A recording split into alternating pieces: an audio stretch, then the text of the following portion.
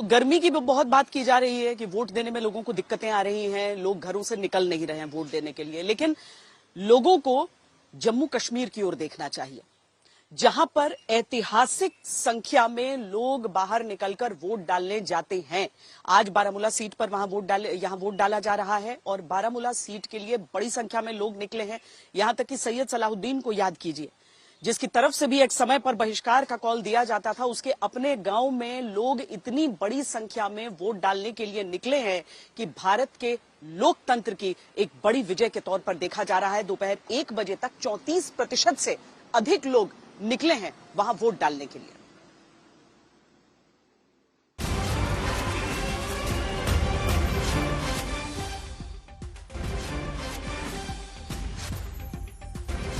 कश्मीर में आज वोटिंग का दिन और हम आ गए हैं बांडीपुरा के सुब्बल इलाके में। बांडीपुरा डिस्ट्रिक्ट की बात करें तो हर बार जब भी इलेक्शन होता है तो पूरे कश्मीर में यहाँ अच्छी वोटिंग परसेंटेज देखी जाती थी। उन दिनों में भी जब खतरा बहुत था, बाइकआउट कॉल्स होते थे, टेरर थ्रेट्स रहते थे, लेकिन बांडीपुरा जो है कई इलाके यहाँ के वोट डालते थे। आज भी आप देख सकते हैं लंबी कतारें अभी लगी हुई हैं, औरतें मर्द यहाँ से, और जो है यही दृश्य हमें दिखे कई और जो पोलिंग स्टेशंस हैं, न सिर्फ बांडीपुरा बल्कि बारामूला, हंदवारा और कुपवारा में भी लंबी लाइंस लगी हुई हैं। लोग जो हैं वोट डालने को उत्सुक हैं। हम कुछ लोगों से बात करते हैं, जानने की कोशिश करते हैं कि कैसा माहौल है। आपका नाम? मेरा नाम जहांगीर अहमद है और मैं सुबल का बाशिंदा हूँ। जहांगीर साहब, सुबह से यहाँ बहुत लंबी लंबी कतारें हमने देखी हैं, तो इस बार अगर 2019 से ही अगर हम कंपेयर करें तो क्या लगता है आपको, लोगों का जो ज्यादा वोटिंग होगी? 2019 और 2024 इसमें काफी फर्क है। 2019 में इतने लोगों ने पार्टिसिपेट नहीं किया, इतने लोगों ने वोट का इस्तेमाल नहीं किया, लेकिन इस बार 2024 में जितने भी वोटर हैं हर एक चाहता है कि वो अपने वोट का इस्तेमाल करें। तो यहाँ सेपरेटिस्ट पॉलिटिक्स काफी चलता था, खासकर हाजिन की तरफ आप जाएं, बॉयकॉट रहता था। इस बार आपको लगता है कि लोग बॉयकॉट नहीं करेंगे, वोट डालेंगे? बॉयकॉट नहीं करेंगे, इस बार सभी वोट डालेंगे। इंशाल्लाह हमारा वोट जाया नहीं हो जाएगा, इंशाल्लाह हमारा काम हो जाएगा। इससे पहले इस तरीके का जज्बा वोट के लिए हमने नहीं देखा है। जो जज्बा है कि इस वोट से जो है इसकी ताकत लोग समझते हैं और ये कहते हैं कि इसके इस्तेमाल करने से जो है उनके हालात बदलेंगे। तो वो जो उम्मीद है डेमोक्रेसी पे दोबारा आई है, वो जो एक भरोसा आया है, वो एक नई चीज हमें इस वक्त देखने को मिली है। तो पूरे उत्तरी कश्मीर में वोटिंग अभी चल रही है, बहुत भारी संख्या में लोग बाहर आ रहे हैं और साफ तौर पे इस बार ऐसा लग रहा है कि पिछली जो परसेंटेजेस हैं, उत्तरी कश्मीर हमेशा अच्छी वोटिंग करता था, लेकिन जो रिकॉर्ड है पिछले, वो आज जो है जरूर टूटने वाले हैं। कैमरा पर्सन तारिक नून के साथ मीर फरीद, बांडीपुरा, आज तक। उत्तरी कश्मीर के बारामूला पार्लियामेंट्री कॉन्स्टिट्यूंसी पर 5वें चरण में जमकर मतदान हो रहा है। इस लोकसभा क्षेत्र में 2022 के परिसमन के बाद कुछ बदलाव हुआ। बडगाम जिला जो कि श्रीनगर के काफी करीब है, वहां की 2 विधानसभा सीटें जो हैं अब बारामूला के हिस्से में आई हैं और उनको बारामूला लोकसभा क्षेत्र के साथ जोड़ा गया है। हम इस वक्त बडगाम के एक पोलिंग बूथ पे खड़े हैं। आप देख सकते हैं कि कितनी लंबी कतारें यहाँ इस पोलिंग बूथ हैं। यहाँ पर कुछ लोगों से बात करने की कोशिश करेंगे। सर, आप अपना नाम बताइए। मोहम्मद यासीन। यासीन साहब, आप मुझे ये बताइए, ये जो वोटिंग हो रही है आज, लोकसभा की वोटिंग हो रही है, इसमें मुद्दे क्या हैं आम वोटरों के, किस बात को लेकर मतदान हो रहा है? हम इस वक्त चाहते हैं कि हमारी जो हालत है हमारे मोहल्ले की, मैं अपनी बात नहीं कर रहा हूँ, मैं मोहल्ले की बात कर रहा हूँ, वहाँ इतने हालत खराब है, सड़कें गर्द गुबार से, तो हम चाहते हैं कि सड़कें ठीक हो।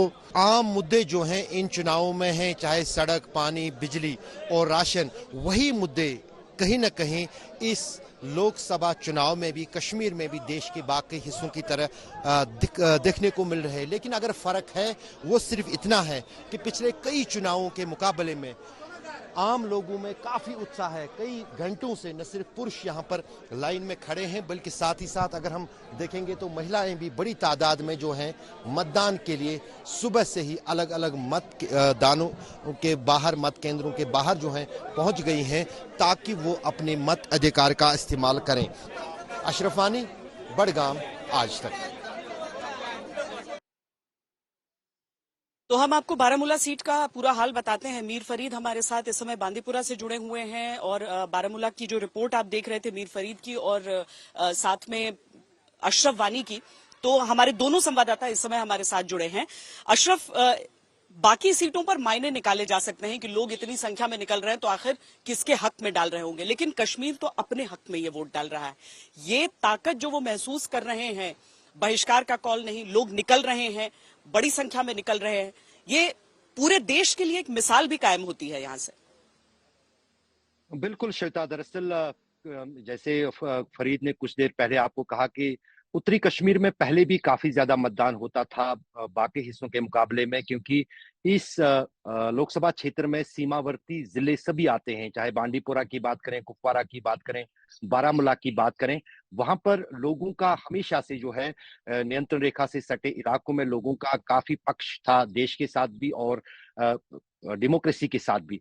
लेकिन अब की बार ये तो एक तो लंबे समय के बाद चुनाव डेमोक्रेसी लौट रही है कश्मीर में। 2019 के बाद सबसे बड़ा चुनाव ये जो है जम्मू कश्मीर में हो रहा है। दूसरी बात जो है कि सुप्रीम कोर्ट की तरफ से और सरकार की तरफ से पहले ही कहा गया है कि 30 सितंबर से पहले विधानसभा चुनाव भी होंगे, तो कहीं ना कहीं वो महक और वो जो है वो जोश भी इन चुनावों में नजर आ रहा है। तीसरी महत्वपूर्ण बात है कि जिस अंदाज से उम्मीदवार इस चुनाव को लड़ रहे हैं, उन्होंने भी कहीं ना कहीं जो जहां नेशनल कॉन्फ्रेंस और पीडीपी और कुछ क्षेत्रीय दल इन चुनावों को लड़ रहे हैं, वहीं पर अगर हम उत्तरी कश्मीर में बारामूला लोकसभा सीट की बात करें तो इंजीनियर रशीद भी यहां से चुनाव लड़ रहे हैं, जो काफी जुझारू नेता माने जाते हैं। जब वो विधायक थे, अवामी इत्तेहाद पार्टी के वो नेता हैं, वो जेल में हैं। और अशरफ, चूंकि मैं इस समय अनंतनाग राजौरी सीट जो कि अगले दौर में जहां का वोटिंग होना है, तो वहां के एक इंडिपेंडेंट कैंडिडेट भी देखिए प्रचार करते हुए यहां पर पहुंचे।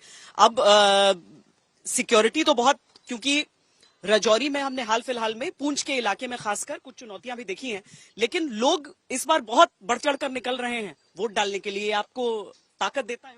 बिल्कुल बिल्कुल, मैं बड़े जोरों शोरों से लोग निकल रहे हैं। आप प्रचार करने जा रहे हैं तो लोग खुशी खुशी आ रहे हैं। बहुत इंडिपेंडेंट कैंडिडेट्स जिनका कोई पॉलिटिकल बैकग्राउंड भी नहीं रहा, वो लोग भी इस बार चुनाव में आ रहे हैं, और ये भी एक स्वस्थ लोकतंत्र का पैमाना है।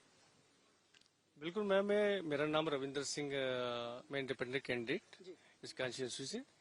हमारा जो ये कैंपेनिंग का दौर चल रहा है, पिछले सप्ताह में हमने पुंछ का लगाया, आज हमने राजौरी का टूर लगाया, बड़े जोरों शोरों से चल रहे हैं हम। बिल्कुल बिल्कुल, बड़ा मुश्किल इलाका है क्योंकि बहुत दूर दूर ये सारी जगह हैं। मुगल रोड से आप उस तरह से एक्सेस नहीं कर सकते हैं, तो अनंतनाग जाने के लिए आपको पूरा घूम कर जाना पड़ता है। एक बहुत बड़ी कंस्टिट्यूएंसी ये हो गई है, लेकिन इन चुनौतियों का सामना करते हुए सभी लोग यहाँ पर प्रचार कर रहे हैं। इनकी सीट से सामने हम सबसे वीआईपी कैंडिडेट कहें तो महबूबा मुफ्ती सामने खड़ी हैं, लेकिन सब मुकाबला कर रहे हैं।